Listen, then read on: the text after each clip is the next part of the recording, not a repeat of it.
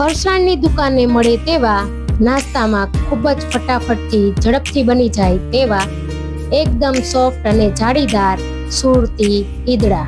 તો તમે જોઈ શકો છો કે એકદમ લચકેદાર એવા આપણા ઈદડા બનીને તૈયાર થઈ ગયા છે.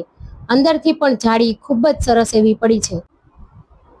તો આટલી સરસ રેસીપી જો તમારે પણ ઘરે બનાવવી હોય તો તેના પરફેક્ટ માપ સાથે તમે મારી રેસીપીને પૂરી જોજો.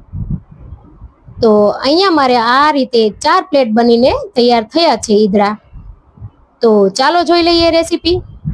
પણ હજી સુધી જો તમે મારી ચેનલને સબસ્ક્રાઇબ ના કરી હોય તો સબસ્ક્રાઇબ કરી લેજો અને બેલ આઇકન પર બટન દબાવી દેજો, જેથી મારા નવા વિડીયોની નોટિફિકેશન તમને સૌથી પહેલા મળે. તો ચાલો જોઈ લઈએ રેસીપી. સૌથી પહેલા મેં અહીંયા આ રીતે વાટકીનું માપ લઈ લીધું છે. 3 વાટકી ચોખા અને 1 વાટકી અડદની દાળ. ચોખા જે છે તે એકદમ કણકી આવે તે લેવાના, બાસમતી નથી લેવાના. તો એક બાઉલમાં આપણે બધી જ વસ્તુઓ ઉમેરી દઈશું.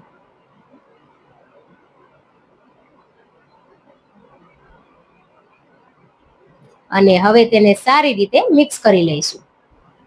અને હવે મિક્સ થઈ જાય એટલે તેમાં પાણી ઉમેરી આપણે તેને 2 થી 3 વાર ધોઈ લેવાનું છે. તો આ રીતે થોડું હાથેથી એકદમ સરખી રીતે આપણે ધોઈ લેવાનું છે. સારી રીતે ધોવાઈ જાય એટલે તેમાં ચોખ્ખું પાણી 3 થી 4 ગ્લાસ ઉમેરી 5 કલાક સુધી પલળવા દઈશું. હવે 5 કલાક થઈ ગઈ છે તો આપણે જોઈ લઈએ ચોખા પલળી ગયા છે કે નહીં. તો તમે જોઈ શકો છો ચોખા ને દાળ સારી રીતે પલળી ગયા છે. તો ઈદડાને બહાર જેવા એકદમ સોફ્ટ કરવા માટે અહીંયા આપણે સિક્રેટ ઇન્ગ્રેડિયન્ટ્સ લઈશું. તે છે ચોખાના પૌવા. ચોખાના પૌવા મેં અહીંયા 1 વાટકી જેટલા લીધા છે. જે વાટકીથી ચોખા અને દાળનું માપ લીધું હતું તે જ 1 વાટકી જેટલા ચોખાના પૌવા લઈ લીધા છે. તો હવે તેને 5 મિનિટ સુધી પલળવા દઈશું. તો હવે અહીંયા આપણે એક મિક્સર જાર લઈ લેશું. તેમાં આપણે થોડો ભાગ દાળ અને ચોખા જેટલા સમાય તેટલા આપણે પાણી વગર લઈ લેશું. વચ્ચે જો આપણે જરૂર પડશે તો થોડું પાણી ઉમેરીશું. અત્યારે હું અહીંયા 1 ચમચા જેટલું દહીં ઉમેરું છું. બધા જ બેચમાં આપણે આટલું દહીં ઉમેરીશું. હવે તેને આપણે પીસી લઈએ. તો તમે જોઈ શકો છો કે કેટલું સરસ એકદમ સ્મૂથ એવું આ રીતે પીસાઈ ગયું છે. બિલકુલ આપણે કણી નથી રાખવાની, આ રીતે સ્મૂથ બેટર આપણે પીસવાનું છે. જો વચ્ચે મોટી કણી રહી જશે તો ઈદડા બરાબર ફૂલશે નહીં.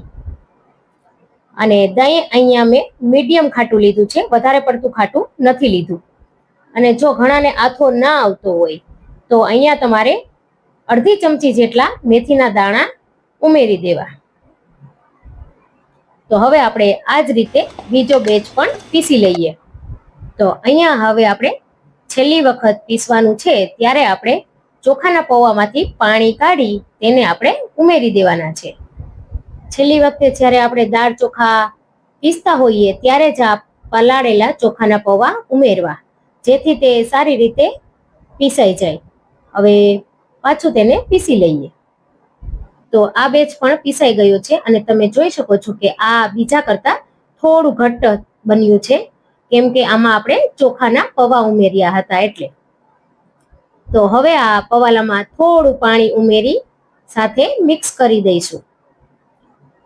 તો મારી જેમ કોણ કોણ આ રીતે પાણી અંદર ઉમેરી મિક્સ કરે છે તે પણ મને કમેન્ટમાં જણાવજો. તો હવે આ બેટરને આપણે સારી રીતે 2 મિનિટ સુધી ફેટી લેવાનું છે, જેથી કરી તે બધું જ બેટર સારી રીતે મિક્સ થઈ જાય. તો હવે આ બેટર આપણું સરસ બની ગયું છે. તો તેને ઢાંકીને આપણે ગરમ જગ્યાએ 7 થી 8 કલાક આથો આવવા માટે મૂકી દઈશું. તો ઈદડામાં ઉપરથી નાખવા માટે મેં અહીંયા 15 થી 20 નંગ મરી લઈ લીધા છે. તેને આપણે અધકચરા વાટી લેવાના છે. પૂરેપૂરો ભૂકો નથી કરવાનો. મરી આ રીતે અધકચરા વાટી લીધા છે. તો તમે જોઈ શકો છો એકદમ પાવડર નથી બનાવ્યો. તો આપણો મરી પાવડર તૈયાર છે. તો મેં આથો મૂક્યો હતો તેને 8 કલાક થઈ ગયા છે અને તમે જોઈ શકો છો કે ખૂબ સરસ એવો આથો આવી ગયો છે. આ રીતે તો હવે આપણે તેને એકદમ સરસ સારી રીતે મિક્સ કરી દઈશું.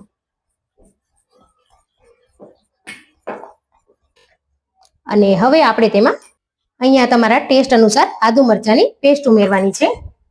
આદુ અને મરચાની પેસ્ટ અહીંયા મેં 1.5 ચમચી જેટલી ઉમેરી છે.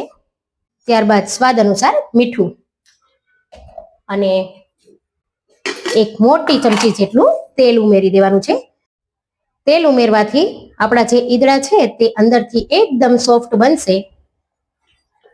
તો હવે પાછું એકવાર સારી રીતે આપણે તેને મિક્સ કરી દઈશું. થિકનેસ અહીંયા તમારે વધારે લાગતી હોય તો તમારે અહીંયા થોડું પાણી ઉમેરી દેવું. તો હું અહીંયા 3-4 ચમચી જેટલું પાણી ઉમેરું છું, વધારે નથી ઉમેરવાનું. અને સારી રીતે આપણે મિક્સ કરી લઈશું. તો સારી રીતે મિક્સ થઈ ગયું છે અને કન્સિસ્ટન્સી આપણે આ રીતે રાખવાની છે. હવે એક ઢોકળીયામાં મેં અહીંયા પાણી ગરમ કરવા માટે મૂકી દીધું છે. આ પાણી પહેલા જ આપણે ગરમ કરવા માટે મૂકી દેવાનું છે. એક પ્લેટમાં જેમાં આપણે ઈદડા બનાવવાના છે તે પ્લેટમાં આપણે તેલ ઉમેરી તેને સારી રીતે ગ્રીસ કરી લઈશું. હવે આ ખીરામાંથી આપણે એક પ્લેટ જેટલું ખીરું અલગ લઈ લેશું. બધા જ ખીરામાં સાથે સોડા નથી ઉમેરવાના. જો પહેલેથી જ તમે સોડા બધામાં ઉમેરી દેશો તો સારી રીતે આપણા ઈદડા નહીં ફૂલે. તો એના માટે આપણે એક પ્લેટ જેટલું ખીરું અલગ કાઢી લઈશું.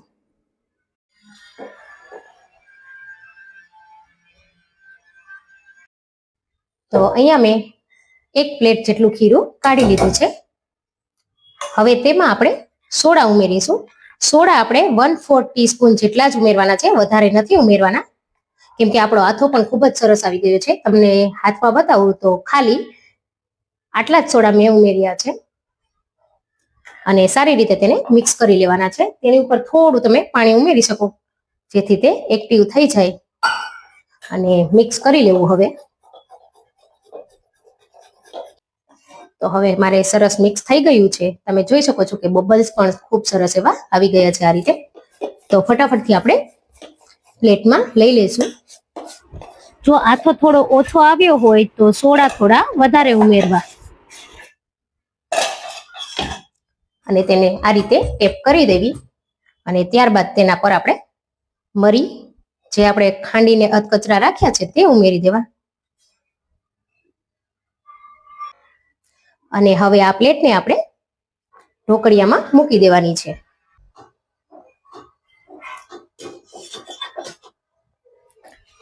અને હવે આપણે ઢાંકીને 10 મિનિટ સુધી થવા દઈશું. ત્યારબાદ ચેક કરી લઈશું. જો કાચું હશે તો પાછું આપણે તેને 2 મિનિટ સુધી રાખીશું. એ જ પ્રમાણે આપણે બીજી ડીશમાં પણ તેલ લગાવી લઈશું. અને ત્યારબાદ મેં અહીંયા સોડા ઉમેર્યા છે તેમાં આપણે થોડું માઇનર પાણી ઉમેરી અને મિક્સ કરી લઈએ. તો આપણે તેને ટ્રાન્સફર કરી લઈએ.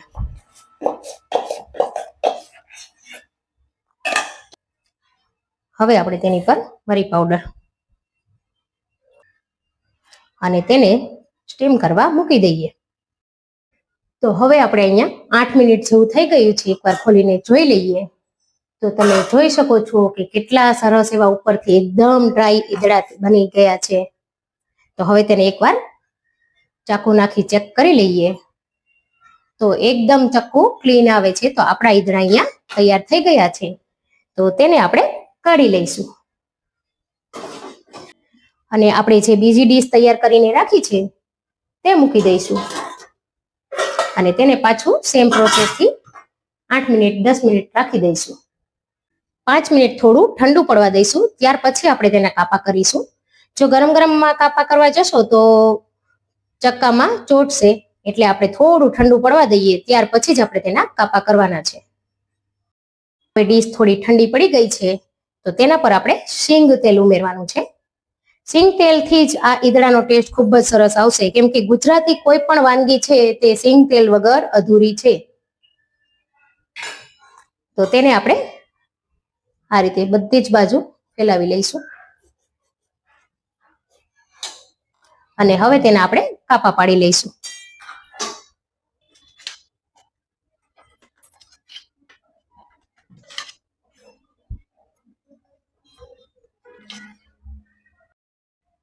તો હવે હું તમને કાઢીને પણ બતાવું એક પીસ.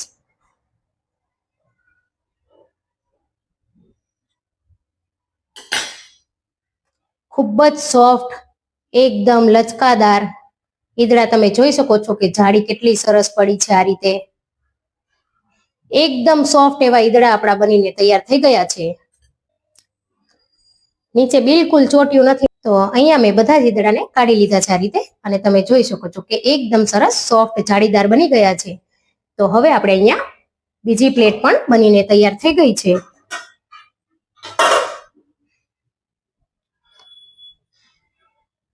તો તમે જોઈ શકો છો કે એ પણ ખૂબ જ સરસ એવા બનીને તૈયાર થયા છે. તો તેમાં આપણે ચક્કુ ઉમેરી જોઈ લઈએ, એકદમ ક્લીન આવે છે. તો એ પણ આપણા તૈયાર છે.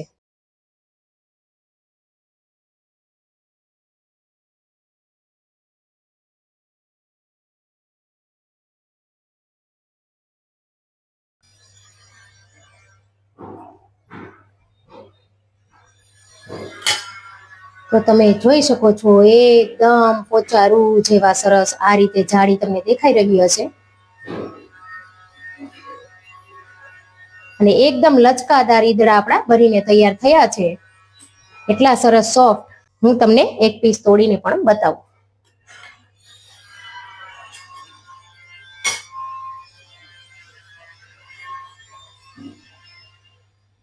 જુઓ, અંદરથી જાળી જુઓ દેખાઈ રહી છે ફ્રેન્ડ્સ. ખૂબ જ સરસ એવી જાળી પડીને તૈયાર થઈ ગઈ છે, અને એકદમ પોચા રૂ જેવા અંદરથી પણ આ રીતે બન્યા છે. તો એક બાઉલમાં આપણે કાઢી લઈશું. તો તૈયાર છે ફ્રેન્ડ, સરસ મજાના ગરમા ગરમ ગુજરાતી ઈદડા, અને સાથે છે તેની સ્પેશિયલ ચટણી. ચટણીની રેસીપી મેં ઘણા વિડીયોમાં આપી છે. લોચો છે, ખમણ છે, તો તમે મારા યુટ્યુબ એકાઉન્ટમાં જઈને જોઈ શકો છો. તો જોઈને જ ખાવાનું મન થઈ જાય તેવા સરસ ઈદડા બન્યા છે ને, તમે જોઈ શકો છો. તો ટોટલ મેં અહીંયા 2 પ્લેટ જ ઈદડા બનાવ્યા છે, તો પણ કેટલા બધા બન્યા છે તમે જોઈ શકો છો. આવા આપણે 4 પ્લેટ ઈદડા બનીને તૈયાર થાય છે. તો ઘરની ખૂબ જ ઓછી સામગ્રીમાંથી આપણે ખૂબ જ સરસ એવા ઈદડા ઘરે પણ બનાવી શકીએ છીએ. તો તમે પણ ચોક્કસથી ટ્રાય કરજો મારી આ રેસીપી, અને કમેન્ટ કરીને મને ચોક્કસથી જણાવજો કે તમને મારી રેસીપી કેવી લાગી. અને રેસીપી જો ગમતી હોય તો મારી ચેનલને લાઈક, શેર, સબસ્ક્રાઇબ કરવાનું ના ભૂલતા. તો ફરી મળીએ નવી રેસીપી સાથે. Happy cooking, happy eating.